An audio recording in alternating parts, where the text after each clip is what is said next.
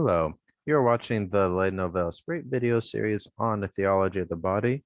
This video is dedicated to audience 42. So we first want to take a step back and look at what is JPII's method for analyzing Matthew chapter 5 verses 27 to 28. So he breaks up this verse into three pieces and begins, you have said, or you have heard that it was said, you shall not commit adultery. This this part of the analysis was audiences 35 through 37. And that's where we talked about the sixth commandment in terms of kind of the historical development of its understanding, the legislative, prophetic interpretations. Then we have the next part, but I say to you, whoever looks at a woman to desire her, that's audiences 38 through 41. That include talking about the wisdom tradition. Then we have has committed adultery in the heart. And that is this audience and the next one, audiences 42 and 43. And so some points concerning interpretation. Each of these three pieces has its own content, but they are all interconnected. The three pieces help explain each other. And some elements of the text then that JP2 points out is you have this component of committing adultery, you have this desiring, then we have this distinction between adultery in the heart and adultery in the body. So we have kind of four pieces going on here. We talked about in the first, or in audiences 35 to 37, this idea of committing adultery in terms of the sixth commandment. Then we talk about the concept of desire. And now for audience 42, 43, we are going to look at this distinction between adultery in the body and adultery in the heart. All right. So some further comments now. So Christ is building up a new ethos with his Sermon on the Mount, and this requires a rediscovery of the values that were lost in the general understanding of the Old Testament ethos, especially concerning the sixth commandment. And we can note that the statement, you shall not commit adultery, is a categorical norm. And we will talk more about what do we mean by categorical norm later on in this video. Now, this phrase, whoever looks, shows us that this new ethos is something that is to be lived interiorly primarily. It begins within the heart of man. And this phrase has committed is a key expression for discerning the correct ethical meaning and source of the values in this new ethos that Christ is delivering on the Sermon of the Mount. So in the last slide, we introduced this concept of the adultery of the heart. And so now we have to ask the question, how do we reconcile the meaning of committing adultery in the heart? We can quite easily understand that adultery in the flesh, because that's this exterior action, that conjugal union between the man and the woman who are not married to each other. But how do we reconcile that with this adultery of the heart? And that's going to take us into our audience. So understanding the adultery of the heart. So adultery is defined as the conjugal union of a man and woman who are not married. And this is a sin of the body tied to the external action and the state of life of the man and the woman. This action is inappropriate to the state of life of the man and the woman, and hence they are not morally authorized to unite conjugally. That's to say, since they're not married, they cannot do this act. They cannot perform the act that establishes the conjugal union. And so, interesting point that JP2 draws to our attention is the fact that Jesus Christ does not indicate whether the woman that the man looks at and desires and commits adultery in his heart with does not indicate whether the woman's actually married or not. The text of Matthew 5 does not tell you whether or not the woman is married. This raises a rather interesting question.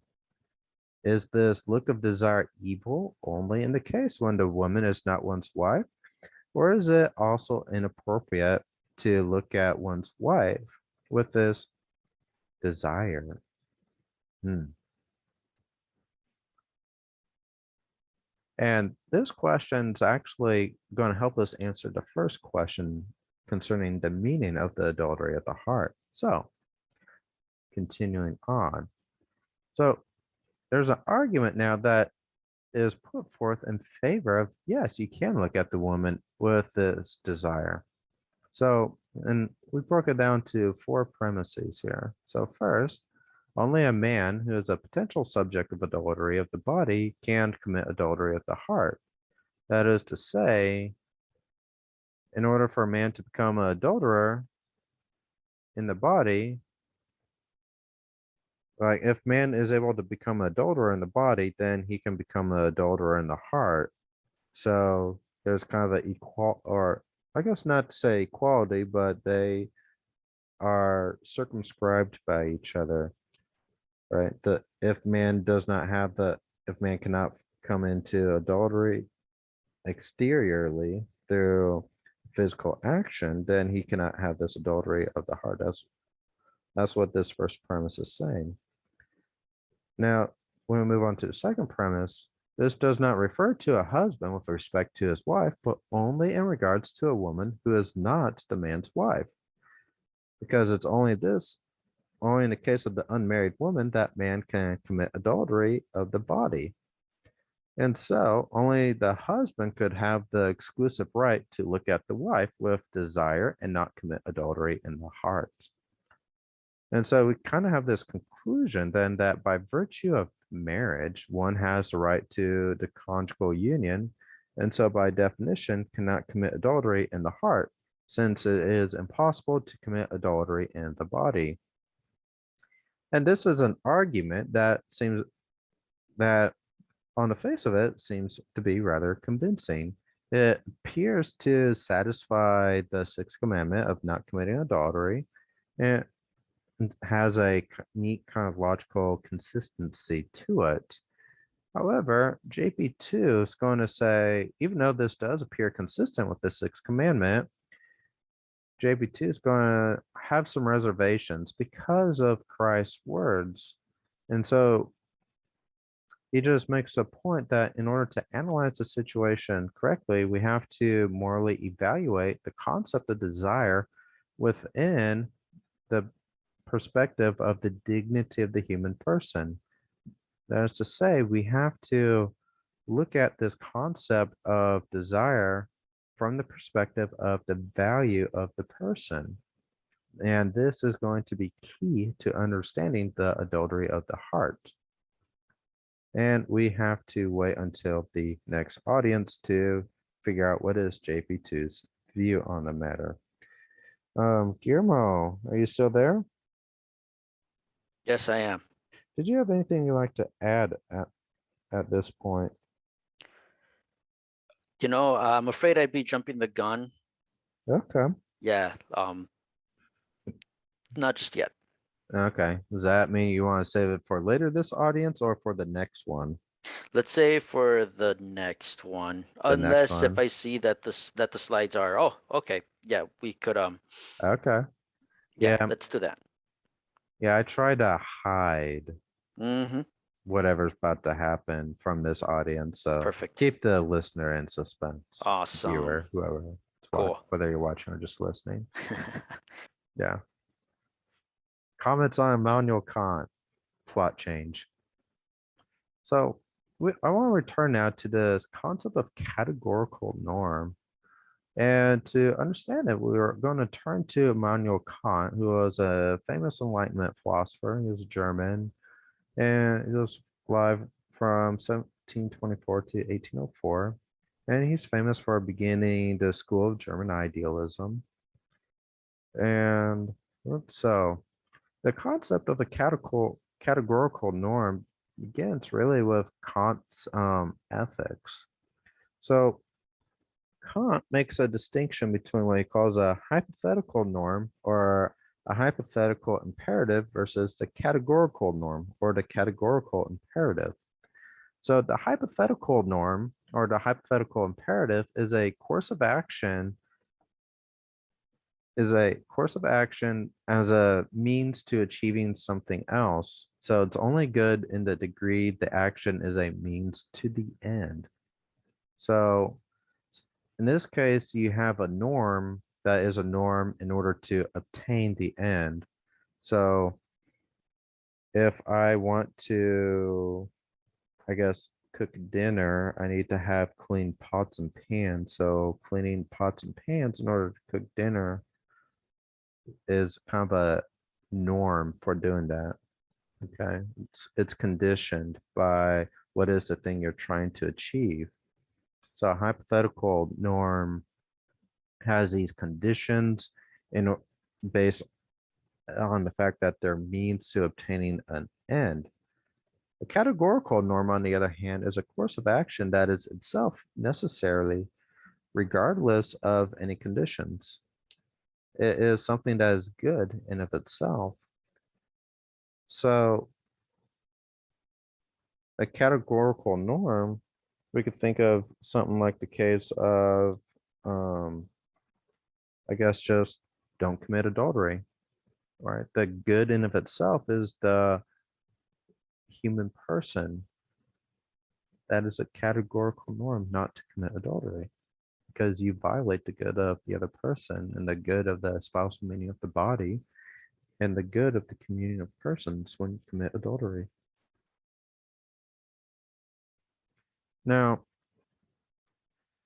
it's important to note then with Kant, we there are influences of Kant within JP2's work. In fact, in the 1950s, JP2 spent a lot of time engaging with three philosophers, Immanuel Kant, Max Scheler, and St. Thomas Aquinas. He there's a several essays where he talks about the three, what they did correctly and where are their flaws, to try and discern what is the truth about ethics and what did they get right and wrong. And one of the most important concepts to come from Kant's ethics is that the human person is an end himself. The human person is never a means, but always an end. So the human person possesses a value that is intrinsic to him being a person. And so for Kant, there is this categorical norm that you cannot treat persons as means, but only as ends. And this concept is one of the foundational ideas of the entire theology of the body, that you cannot treat people as ends, or you cannot treat people as means, but you need to treat them as ends. This is a categorical norm. The value of the human person is the good in of itself that we are defending when we say that no, you should not commit this adultery of the heart, whatever it is that we have started talking about and will continue talking about in the next audience.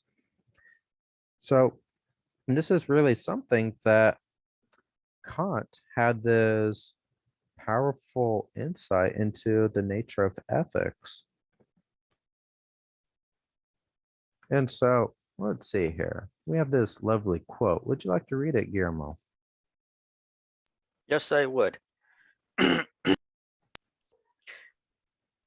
I quote, but supposes that there were something the existence of which in itself had absolute worth, something which as an end in itself could be a ground of definite laws. In it and only in it could lie the ground of a possible categorical imperative. Now I say man, and in general, every rational being exists as an end in itself and not merely as a means to be arbitrarily used by this or that will. In all his actions, whether they are directed toward himself or toward other rational beings, he must always be regarded at the same time as an end. Rational beings are designated persons because their nature indicates that they are ends in themselves, in parentheses, i.e., which may not be used merely as an ends. Things which may not be used merely as means, end parentheses. Such a being is thus an object of respect, and as such restricts all arbitrary choice. Such beings are not merely subjective ends whose existence as a result of our action has worth for us, but are objective ends, in parentheses, i.e., beings whose existence is an end in itself. End quote. Foundations of the Metaphysics of Morals. Oh, thank you, Guillermo. It's a magnificent quote by Yeah, someone that normally Catholics just hate. I can't say that I like him. I don't. But this, yeah, Yeah, this is gold. there. This is gold from someone that you should not like their philosophy, Oh. which is interesting. So, Guillermo, go ahead. yes, why not? Yeah, why not? Yes. Well, as I said in the previous slide, he began what's called German idealism. Hmm. And German idealism is the view that there is not a objective reality that is mind independent. So, like the idealists believe that, I guess for Kant, he makes a distinction between what he calls the noumena and phenomena. And man, through the senses, only experiences phenomena, the appearances, but not the things themselves. And so you kind of have a idealist skepticism in some respect. So things like space and time or the various categories of being are actually ideas within man's mind to order appearances to give them coherence. So man's mind does not get you the things that exist in of themselves. You just get appearances, and the mind orders those appearances. Okay. So, would it be fair to say that it's when it comes to my exterior reality, it's me imposing reality on the things, not the things on me? Essentially, Okay.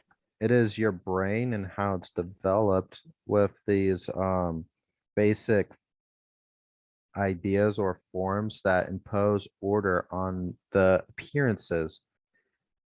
So you do not perceive the things themselves, you just have the perceptions of things, and you order the perceptions of things with your mind.